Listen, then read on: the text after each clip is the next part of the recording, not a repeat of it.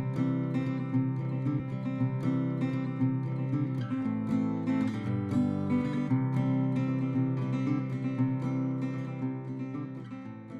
bem. Bom dia a todos e todas. Agradeço aqui ao Paulo, que fez a gentileza de inverter a ordem, e agradeço a todos aqui por terem prorrogado o intervalo para um pouquinho mais adiante. O nosso projeto, intitulado Plano Diretor de Redes Hospitalares, é um projeto vinculado ao PROAD-SUS, o Programa de Apoio ao Desenvolvimento Institucional do SUS, e executado pelo Laboratório de Inovação em Planejamento, Gestão, Avaliação e Regulação de Políticas, Sistemas, Redes de Serviços de Saúde, do Hospital do Coração de São Paulo. E, nesse projeto, nós estivemos focados no problema da crise hospitalar brasileira. A origem desse projeto foi um estudo preliminar que fizemos sobre a crise de acesso aos hospitais dentro do Sistema Único de Saúde e, em geral, aos hospitais no Brasil, notadamente representada pela superlotação dos pronto-socorros hospitalares, espera dos pacientes para internação a partir da urgência, mas também a enorme demora dos pacientes em ter acesso a procedimentos eletivos que dependem dos hospitais. Eu não vou detalhar esses estudos prévios, mas eles nos destacaram aspectos importantes, como a questão da infraestrutura muito envelhecida, hospitais muito pequenos, o tamanho médio do hospital brasileiro hoje é 36 leitos, certo? Um tamanho incompatível economicamente com a sobrevivência dos hospitais. E, no entanto, esses hospitais, quando nós olhamos, nós encontramos dois extremos de representação na realidade: hospitais superlotados e hospitais vazios. Mais ou menos metade dos 307 mil leitos do SUS hoje permanecem permanentemente vazios, porque não tem o que oferecer. E, por outro lado, tem uma enorme superlotação em torno das estruturas hospitalares mais desenvolvidas. E, finalmente, uma questão importante no diagnóstico inicial é, ao ter hospitais muito pequenos e hospitais muito fragmentados na estruturação assistencial, nós temos dificuldade em entender a dinâmica de hospitais em redes, e mais dificuldade ainda em relacionar os hospitais com o conjunto da rede assistencial e, notadamente, com a atenção básica. As exceções existem, mas a regra, infelizmente, é de muita fragmentação.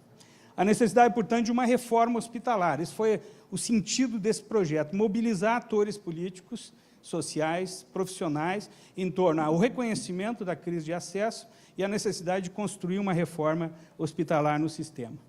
A nossa grande reforma hospitalar, como proposta de política, ocorreu, vejam só, no período Vargas, Estado Novo, 1941-42, se fez o primeiro censo hospitalar e, quiçá, único censo hospitalar dessa natureza feito no país. Já demonstrava um enorme déficit e, já na ocasião, se colocava a necessidade de construir 5 leitos por 1.000 habitantes para dar suficiência às necessidades populacionais. Hoje nós temos no SUS 1,4 leitos por 1.000 habitantes.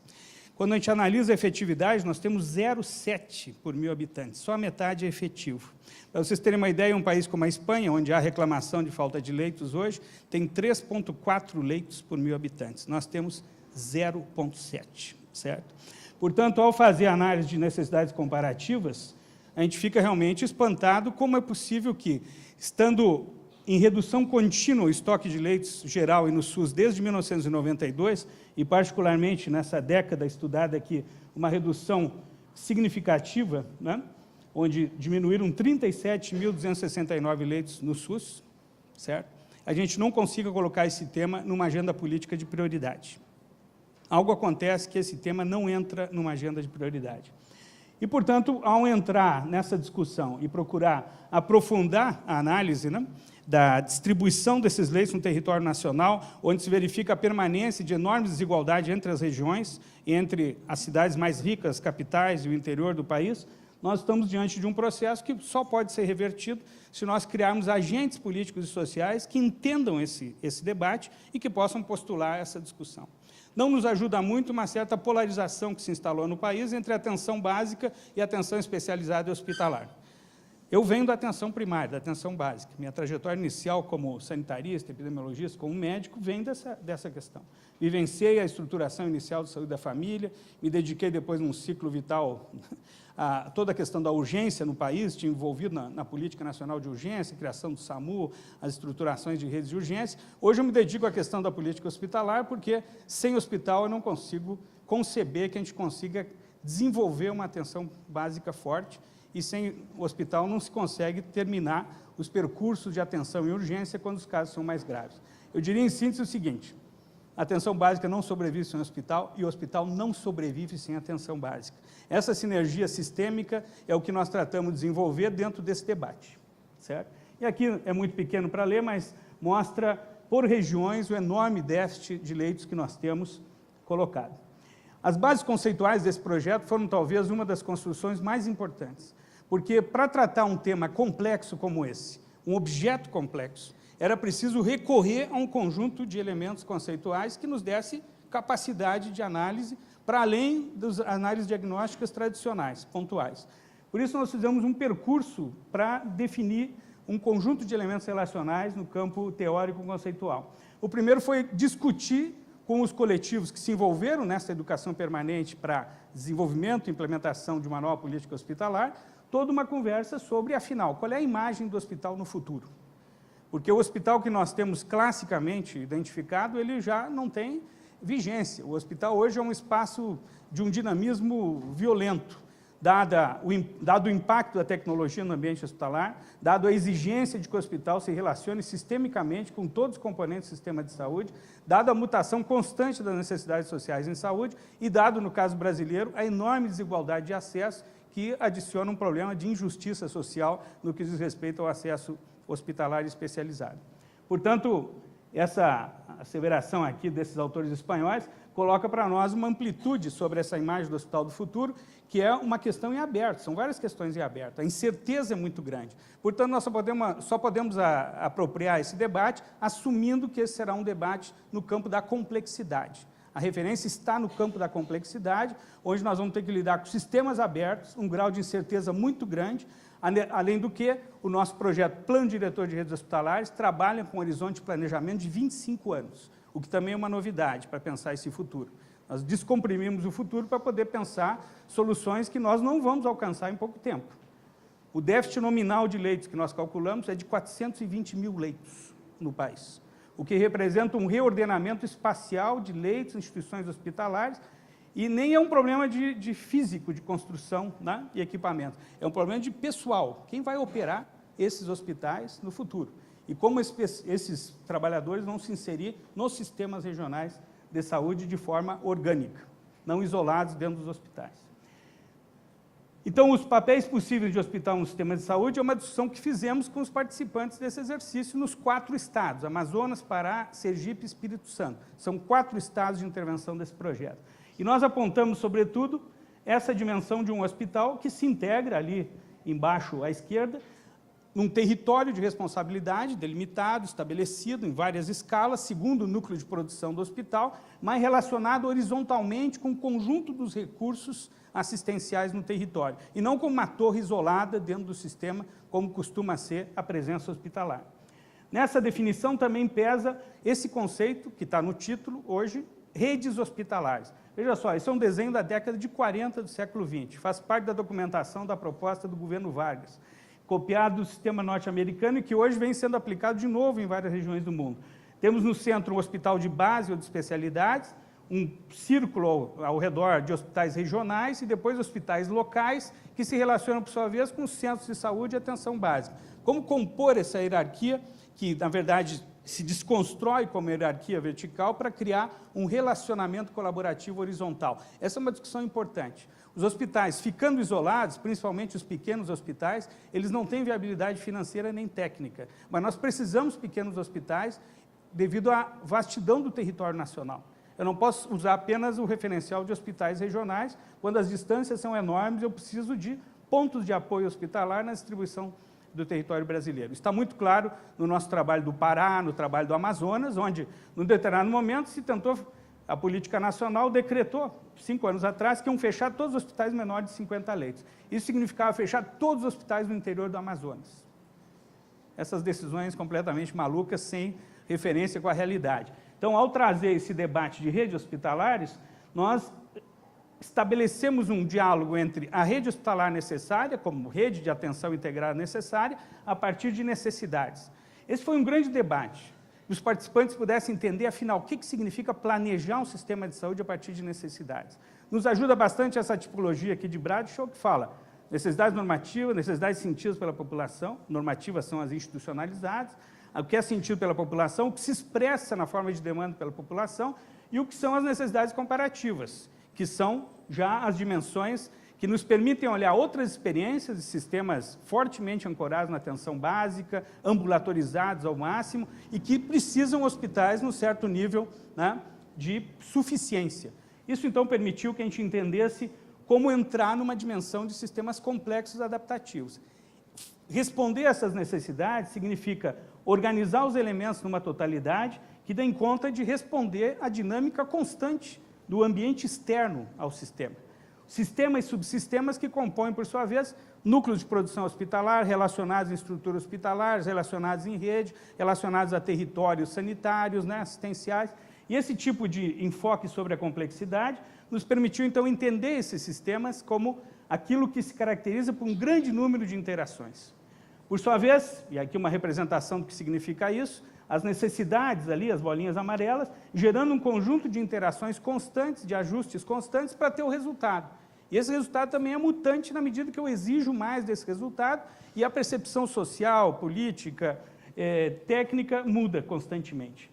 Então, a adaptabilidade, o sistema complexo adaptativo, foi a grande forma de representar esse universo de trabalho, porque essa adaptação significa que eu faço autorregulações constantes. Então, a educação permanente é uma grande estratégia para levar as pessoas a pensarem na complexidade. Eu estou convencido disso, certo? As formas de capacitações pontuais não permitem a maturação do pensamento complexo. A educação permanente cria um ambiente para isso. Mas eu preciso alimentar esse espaço constantemente de uma reflexão cada vez mais exigente do ponto de vista do conhecimento. Como, por exemplo, evitar as médias que reduzem o comportamento das necessidades a uma linha, né, de tendência central e entender a variabilidade das necessidades, a adaptação individual da resposta, a adaptação coletiva, territorial da resposta, que um sistema assim exige. Portanto, nessa perspectiva, o sistema complexo é um sistema baseado na colaboração. Todo o exercício de mobilização que fizemos foi baseado em construir colaboração e responder, por outro lado, a essas regras simples de transformação de grandes sistemas. Não vou poder me estender sobre isso, mas nós nos debruçamos sobre esse aspecto, traduzimos vários trabalhos internacionais sobre isso, para entender o que significa implementar a transformação em grandes sistemas. Porque é disso que nós estamos tratando na educação permanente dos planos diretores. Não são operações simples, isoladas, são várias operações em vários níveis que têm que interagir de uma forma consciente. E, portanto, chegamos na Démarche Stratégique, uma metodologia francesa de planejamento hospitalar, de rede hospitalar, que nos permitiu localizar os hospitais como núcleos de produção.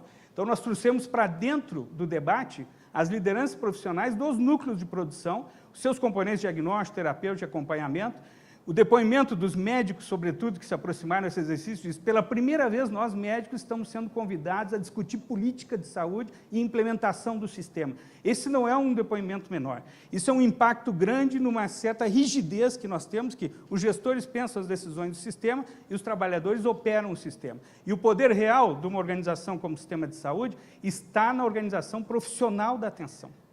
Nós temos uma sociologia de profissões na saúde. Se eu não toco essas profissões, não tem transformação possível.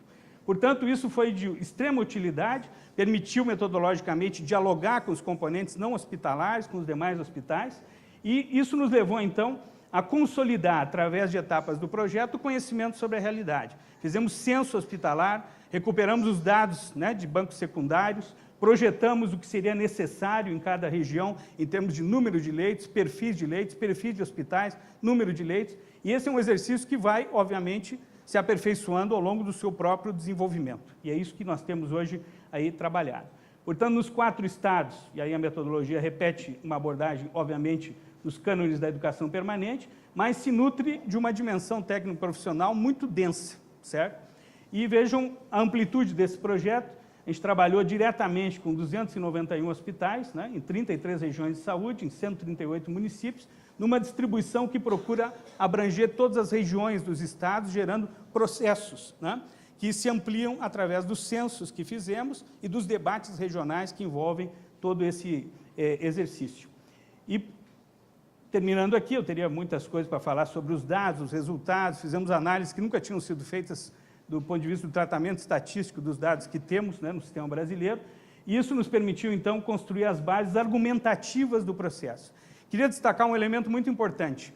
A primeira etapa da construção dos planos diretores foi construir a historicidade das políticas hospitalares e a história dos hospitais no sistema de saúde. Isso criou uma outra identidade para os grupos profissionais dentro do processo. É extraordinário o efeito que isso tem. E é uma das regras simples para transformar grandes sistemas. Eu tenho que entender e incorporar a historicidade. E, nesse processo, o desenho, então, das linhas de atenção e suas respectivas linhas de cuidado, a nomenclatura, taxonomia que utilizamos, permitiu, como nesse exemplo aqui, identificar todos os recursos, né, que cada hospital tinha enquanto núcleos de produção, relacionar núcleos de produção enquanto unidades de gestão clínica com outras unidades equivalentes em outros hospitais e, com isso, criar um tipo de abordagem que integra o conjunto dos componentes hospitalares e não hospitalares. Para dar um exemplo importante e muito impactante, na área oncológica, os pacientes, e há um consenso nos 4 estados, estão chegando todos hoje em estadio 3 e 4 para os serviços especializados. Nós temos um fracasso de captação dos pacientes. Nós temos os recursos para atendê-los, mas quando eles chegam para ser atendidos na área especializada, eles chegam já comprometidos o seu futuro em termos, né, de qualidade de vida, de sobrevida e tal. E, portanto, os impactos que a gente vai gerando com esse exercício são impactos de reorganização geral.